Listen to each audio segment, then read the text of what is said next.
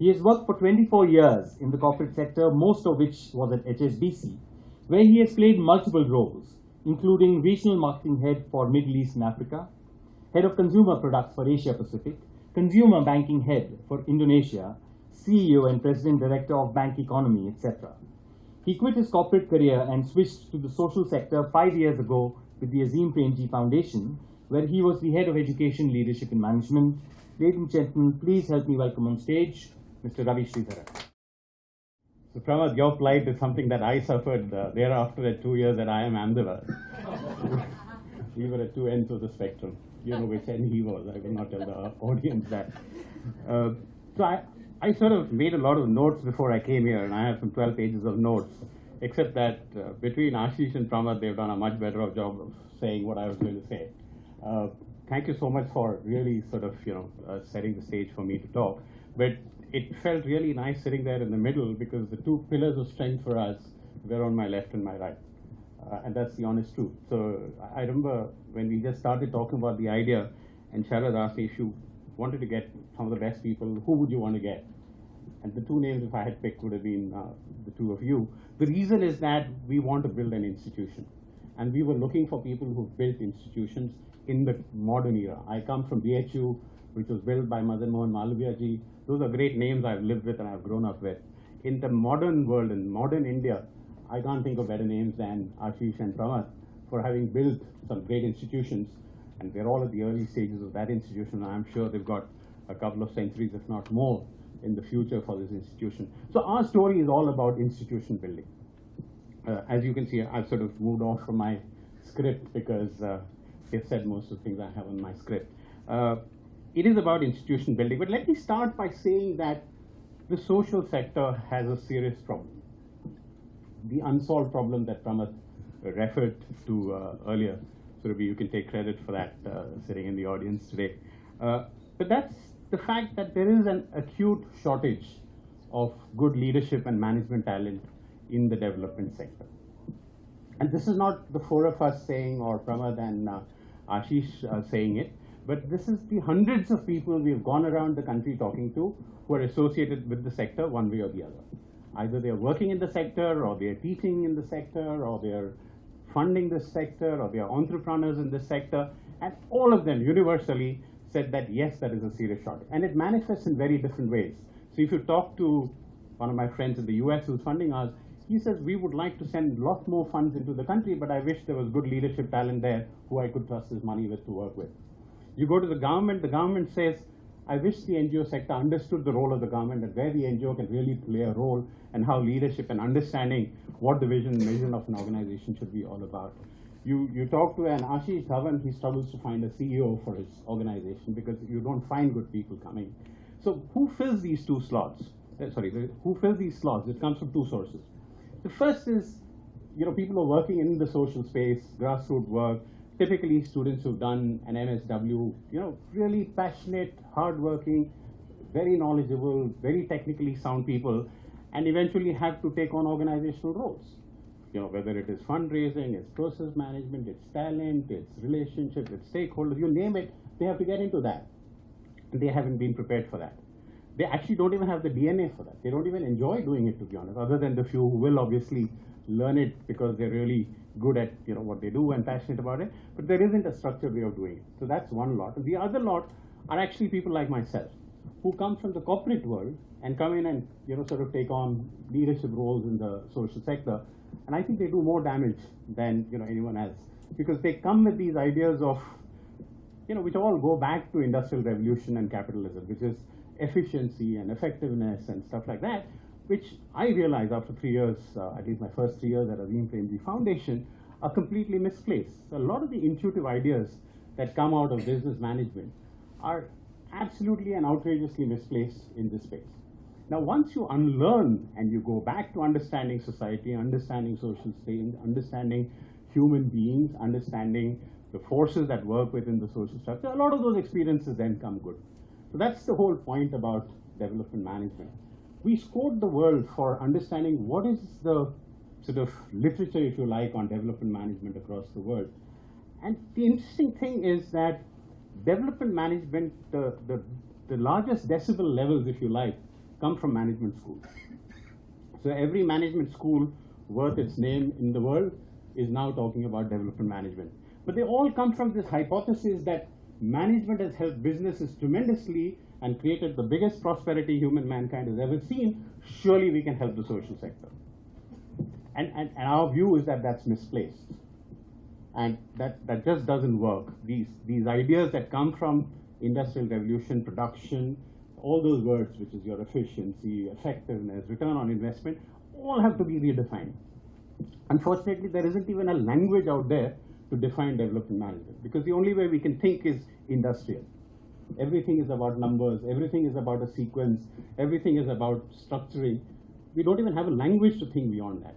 Our dream is sometime, maybe even beyond our lives, there will be a language that starts talking development management, which doesn't get rooted in the kind of metrics and numbers and whatever else you have, which are derived from businesses and business management. No offense to business, but it just doesn't apply when you're dealing with thinking, feeling human beings.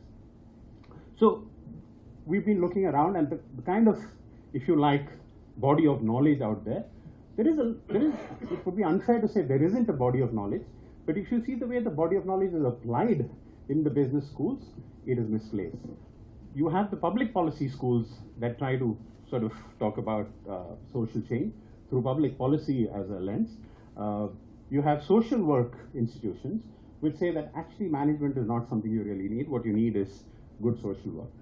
So there are two myths that I really want to sort of debunk, if you like, today. The first one is this myth that business management principles and techniques apply very well to the social sector. And the honest truth is it doesn't. And this is from my personal experience, having done 22 years of the corporate world and 5 years of the development sector. The one stark truth is no, it doesn't work. You have to redefine, rewrite management for the social sector. And it is not a specialization of management. It's not that you can take 90% of management and give a little bit of a flavor of what the development sector is and you can have development management. We're saying it needs to come from the sector, understanding the challenges in the sector and evolving the management that is required to run organizations in the sector. The second myth really comes from the social sector, which is that management is something that you should keep far away from the development sector, because there is an association of management with extortionism and coercive hierarchies and what have you, all the wrong things, you know, that you would sort of associate. So this idea that you don't need management, I'm sorry, it doesn't work. I think you do need management. Now, you don't need the management that is used to run, you know, a large multinational company, but you do need management that makes you more effective at what you do, get better at what you do, get bigger at what you do, make a big difference to the society. I mean, today you all know the numbers of the country in terms of how many NGOs are there and how much of money is spent on this. I'm not surely convinced that that money is actually translating into some change in society. Our hope is that that money should be more effective rather than pouring more money into it in actually driving some change in society, and that's where we are coming from. The next thing that we want to talk about is all social work, and this again goes back to, if you like, the Industrial Revolution. All social work only happens in organizations.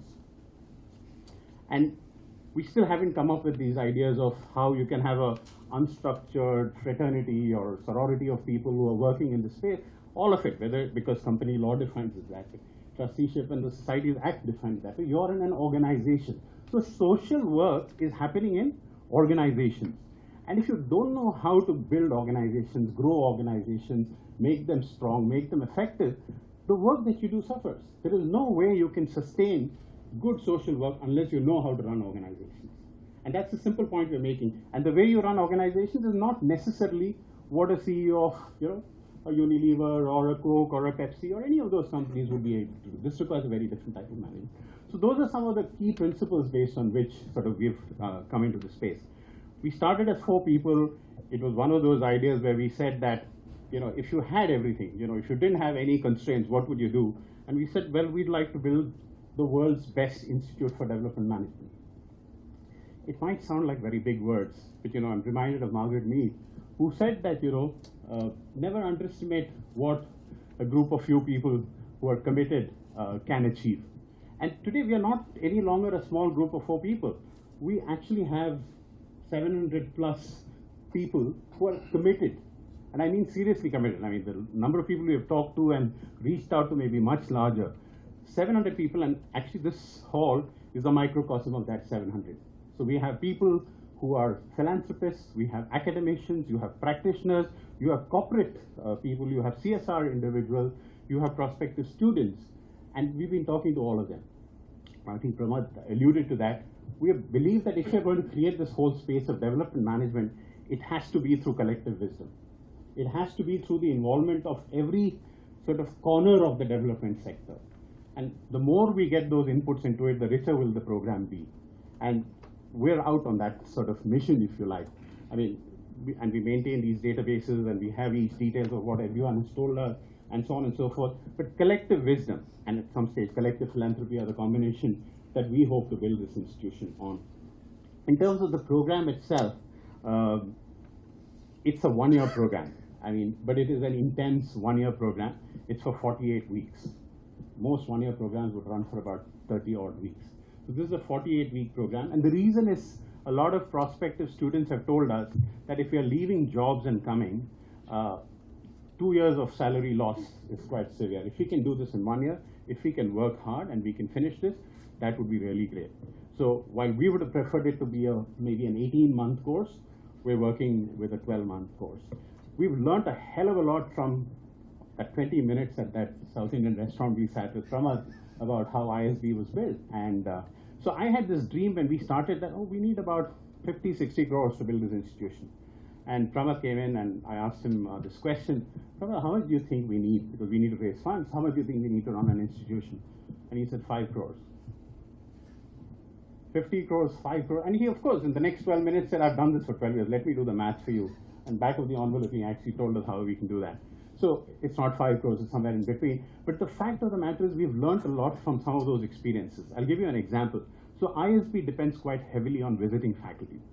And the theory is you can get the best in the world, number one. Number two, if the theory doesn't exist, you're not going to find faculty to teach that. So you learn from the practitioners. So this course is all about practitioners. Practitioners can't come and give up their jobs, and we wouldn't want them to give up their jobs. So they come and teach as visiting faculty.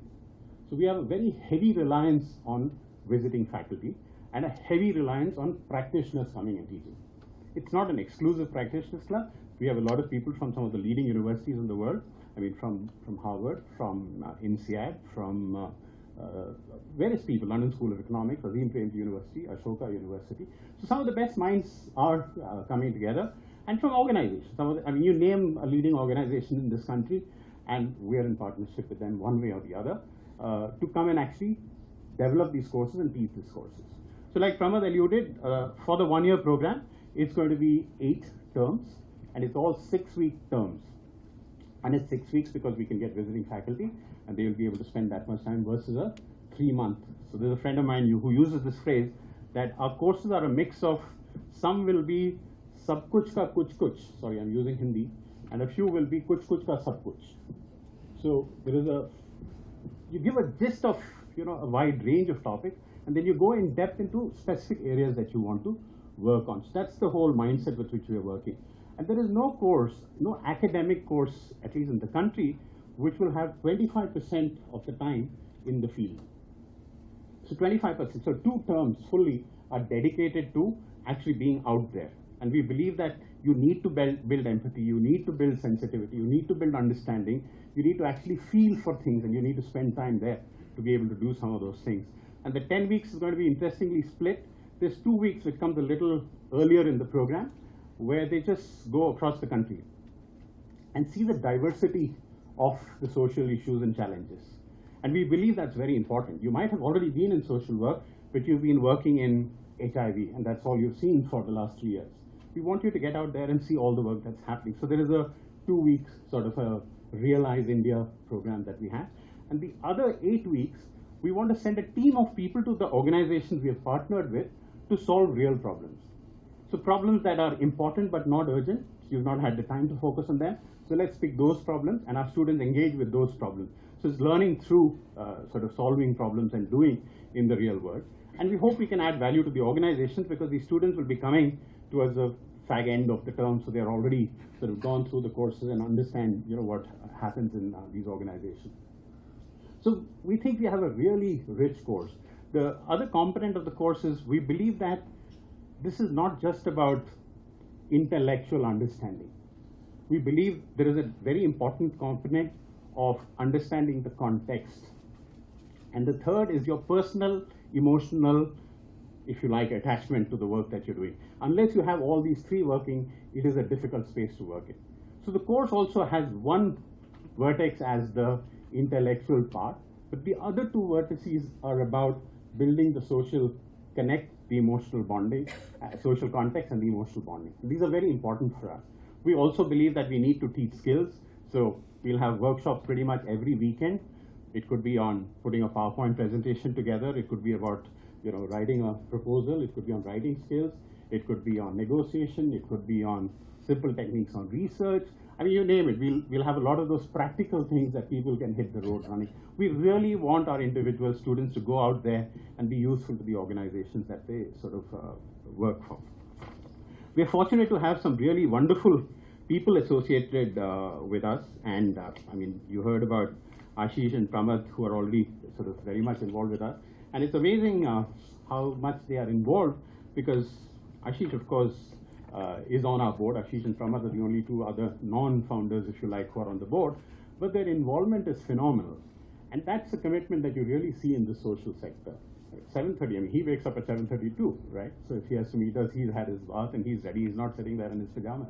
So there's a lot of commitment from Ashish and Pramad. Anytime we call him, he's always available for us. So it's really wonderful, and it's reassuring. Our own energy is fueled by people like this. It's people like you in this hall that fuel the energy that's keeping us going. In a very short span of, I think it's 9 months, January is when we sort of registered the NGO to be at this place. There is no way the four of us could have done it. It is thanks to the 700 people who are part of our friends and well-wishers and advisors, if you like. So besides Ashish Dhawan and Pramad Sinha, the other names, I just want to mention them because we're very grateful to them. We have people like Meekin Maheshwari, who's a Flipkart, one of the earliest executives. We have Rohit Kapoor, who happens to be a batchmate, and he's the founder of EXL India. We have Ravi Thakran, who's another batchmate of ours, and he's the regional head of El Cataton. We have Jaya Murthy, a senior of ours. So a lot of friends and well-wishers have been the people who have come in initially to support us. And we are in a comfortable position because we have the funds to focus on developing the courses, putting the program together, getting the students. For the phase 2, we will need to raise more funds, but for the moment, we're able to put a lot of our energy into these spaces thanks to the support of some of these individuals. We've got Paddy Padmanabhan, who's a professor at INSEAD, who's put his own money into this institute. We have Biju Chandrasekharan, who's a regional CFO, who's put money into this institute. So we have founders like that. On the board of advisors, we want to learn from the institutions that have attempted this work. So IRMA is the closest in terms of somebody who's attempted this work. So we went to Anand, all four of us have been to Anand, and we spent a couple of days with Professor Tushar Shah. Professor Tushar Shah, some of you may know him, used to be the director of IRMA at a very early age. At the age of 36, he was the director. But more importantly, he was part of Mr. Kurian's team that actually put together the whole concept of what it should be, how it should be done, and so on and so forth. And when we shared our own plans, he was really excited about it. And he was actually excited because we had gone beyond what IRMA had also thought of at that stage. Obviously, we had the benefit of hindsight, if you like. And the big difference that he felt we were focusing on, and it's important for this audience, is that we were working with the sector. I think IRMA worked with Amul, and then they were not really engaging, in his own opinion, with the other organizations. And that's an important part. So even before we started putting our program together, we've got a whole number of organizations that we're working with. We want the organizations to be ready for the students just as much as we want the students to be ready for the organizations. Believe it or not, we've already lined up more than 60 jobs for the first batch of students, because we believe that is important. There should be a job at the other end of that program for them. They should know what are the kind of organization that might hire them. So we have tried to do that. We've really thrown in everything we can for this first program because, like Ashish said, our objective is to make development management something that becomes commonplace in this country. A master's in development management, like an MBA, becomes an aspirational thing that youngsters go for. Faculty come and teach, earn reasonable salaries in good organizations, and you can build careers on that. And we've set ourselves as a not-for-profit, and it's all open source. So the idea is anybody else wants to do it, we want to create something and make it available so it spreads across the country.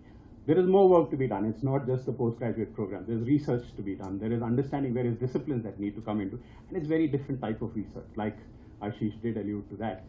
So we want to move into those spaces. At one front, we want a postgraduate program to come in. We want practitioners to come in. There's a statistic I saw that the first 3 IIMs apparently produce more than 50% of the CEOs of public listed companies. In some sense, at ISDM, we want to do to the development sector what the IIMs did for the business sector. We are hoping that some of the good leaders of this sector would have come from ISDM and institutions like this in the future. In our board of advisors, we have, besides Professor Tushar Shah, Arindam Bhattacharya, who is another batchmate of ours, who was the country head of BCG and now is in a global role. We have Mr. Ved Arya, who founded Srijan, one of the well-known organizations in the country. We have Professor Shanta Sinha, who's a Raman Magsaysay Award winner, worked in child rights and women's empowerment for a long time. In our academic council, we have Sri Sharad Bihar Saab, who used to be the Chief Secretary of Madhya Pradesh, spent 50+ years in education, a man whose ideas and visions are way ahead of times. Professor Shanta Kumar, who is a professor at Azim Premji University. Professor Kajri Mishra, who's at XIMB. We have Titus Matthew, we have Nivedita, we have Professor Subhashi Gangopadhyay. So we have some really good names, and that's what gives us the confidence that we are really on to creating one of the world's best institutes in development management. Thanks to industrial revolution and what our country went through, when technology sort of evolved, when management sciences came in, it happened at Wharton, it happened at Harvard. So today the best institutions in the world happen to be in the US. We firmly believe that the best institution for development management, there isn't a better place than India. Given its complexity, given the passionate people, given the intellectual quotient that we have, there is no reason why we can't build the world's best development management institute in this country. And that's the vision we have, and that's where we want to head for. And over the last 7-8 months, with the kind of support we've got from people, now it's no longer an if. We think it's a when, and we are very confident that this is something that will happen in the next few years.